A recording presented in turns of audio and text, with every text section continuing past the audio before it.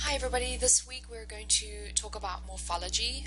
Last week we talked about phonology, and now we're moving on in subsystems and talking about the meaningfulness of words and word parts. But before we get started, let's go through our lesson objectives. So you can see here that the objective for you today is to be able to identify root morphemes, prefixes, suffixes, and simple and complex words. Also, you will be able to discriminate between derivational and inflectional morphemes and determine the type of inflectional or derivational morphemes. And then at the end, we're going to cover how you go about describing a person's use of morphology in a written sample and using your terminology to do so.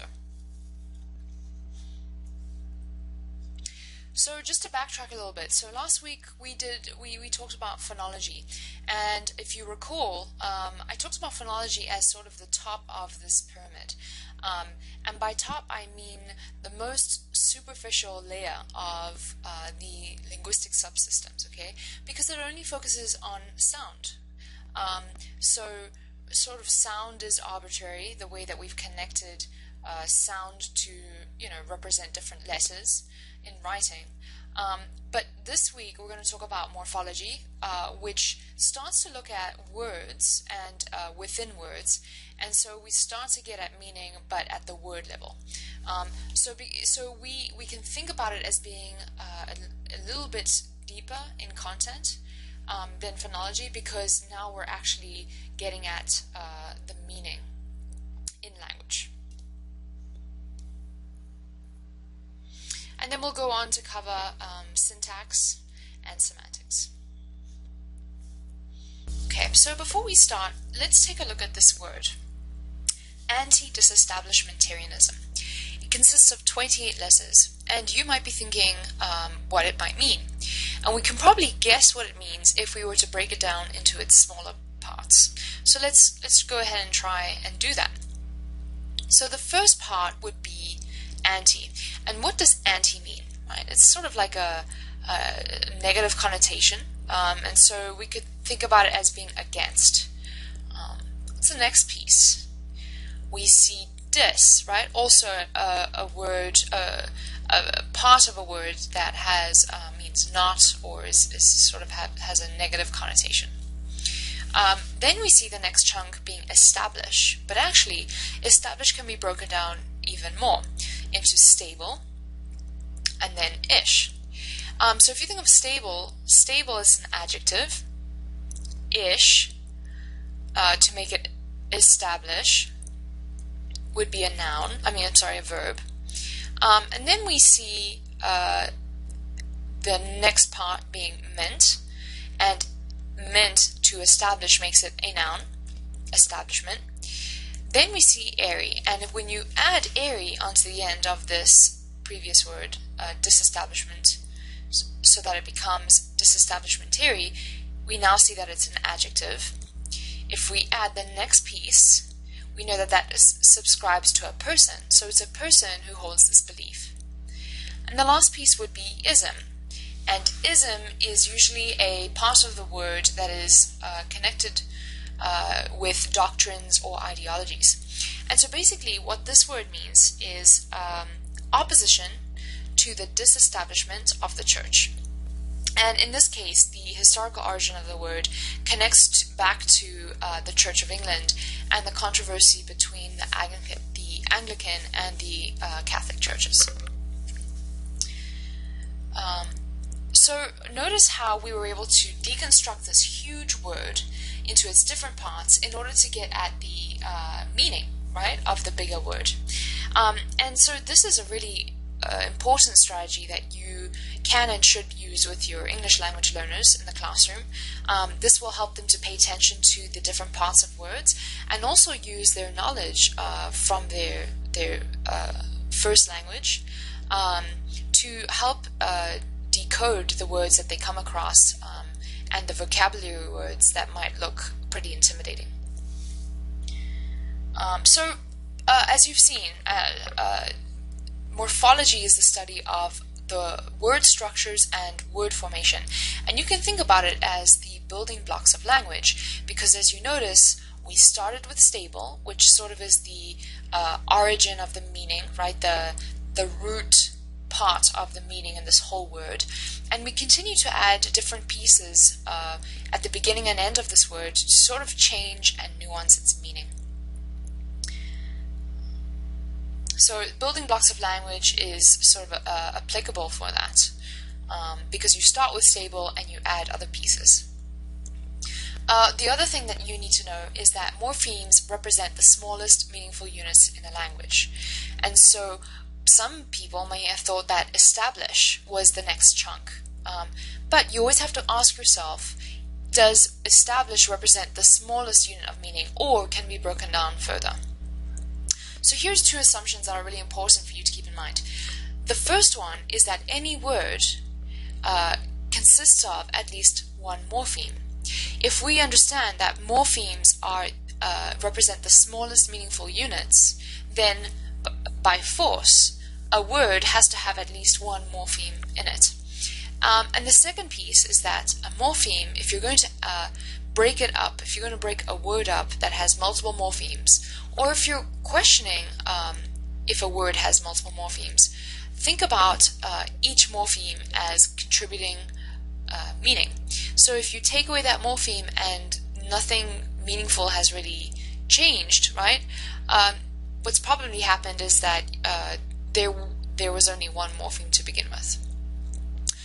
So you're going to test this out in the next couple of minutes when I'm going to lead you through an activity where you try and depict or indicate different morphemes. Okay, we can also go about classifying different morphemes. So the first way that we classify morphemes is through prefixes and suffixes. So if you remember our sort of origin root morpheme in the word anti-disestablishmentarianism, it was stable, right? That was sort of the beginning where we started, and then we started nuancing and changing that meaning. So when we add morphemes at the beginning of stable, like we did with anti and dis, these morphemes are called prefixes because they come before the root morpheme stable. Similarly, the morphemes that we added at the end of stable, such as ish, ment, airy, yin, and ism, these are called suffixes because they come at the end of the root morpheme. We can also classify words depending on the number of morphemes that they have. So words that only have one morpheme are called simple, right? Simple words. Here's an example: smart. We cannot break up smart anymore. Some people might think, well, you could break it up into mart, right, and take off the s. But if you think about it, the meaning of mart, like market, something like that, doesn't really connect to the meaning of smart. And so even though you could take off that s when you add it on doesn't change that the word mart to link logically to the word smart. And so that's how we know that smart is actually made up of one word, one morpheme. Okay, it's a simple word. We can also call words complex words, which means that they contain more than one morpheme. An example would be smartest. So notice how we have used or added the morpheme est to smart to indicate a higher degree. Right? So sort of like a intensity or an increase, right? Smartest. Okay, we can also classify morphemes as free, meaning that they can stand alone. So an example would be smart, right? Smart represents one morpheme. It is a simple word because it only contains a morpheme, and that morpheme can be described as free because it can stand alone.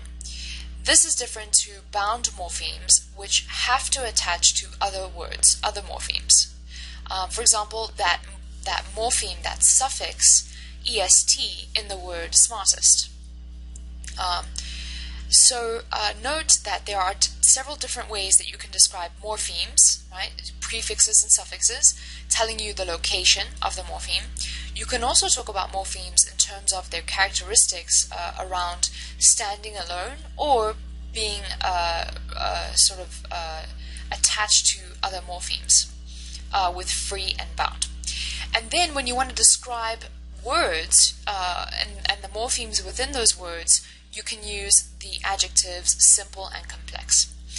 This is important for you to note because in your linguistic projects, when you will be identifying and analyzing the morphology in the written sample of an English language learner, you should be using this terminology in your descriptions and in your identifications.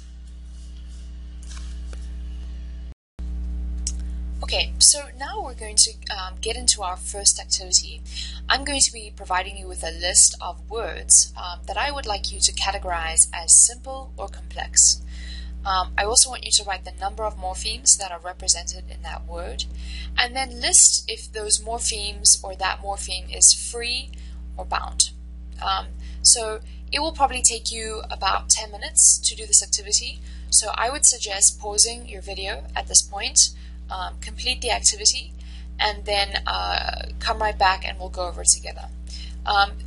This activity can be found in the Unit 3 where you are watching this morphology video from. Also, you could click on the link that appears on the screen, which will open the Word document that contains this activity. Okay, welcome back. Let's go over it together.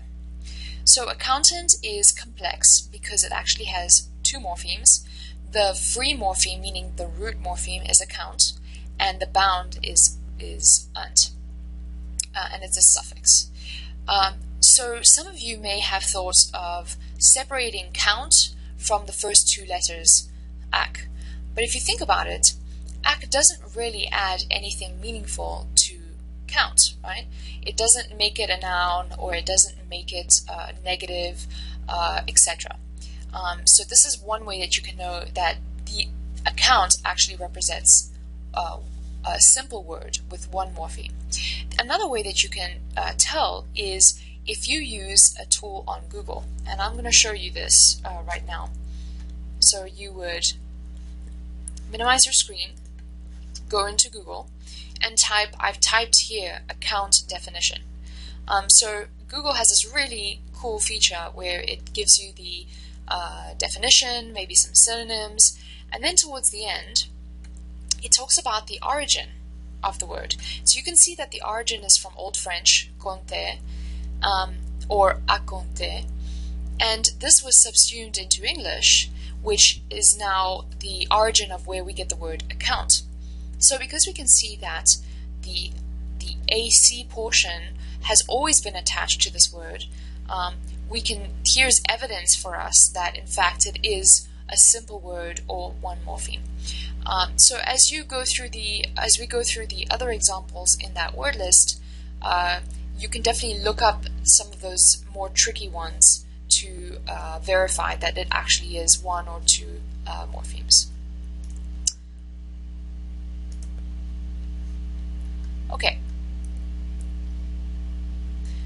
Okay, so let's get back to going through the activity.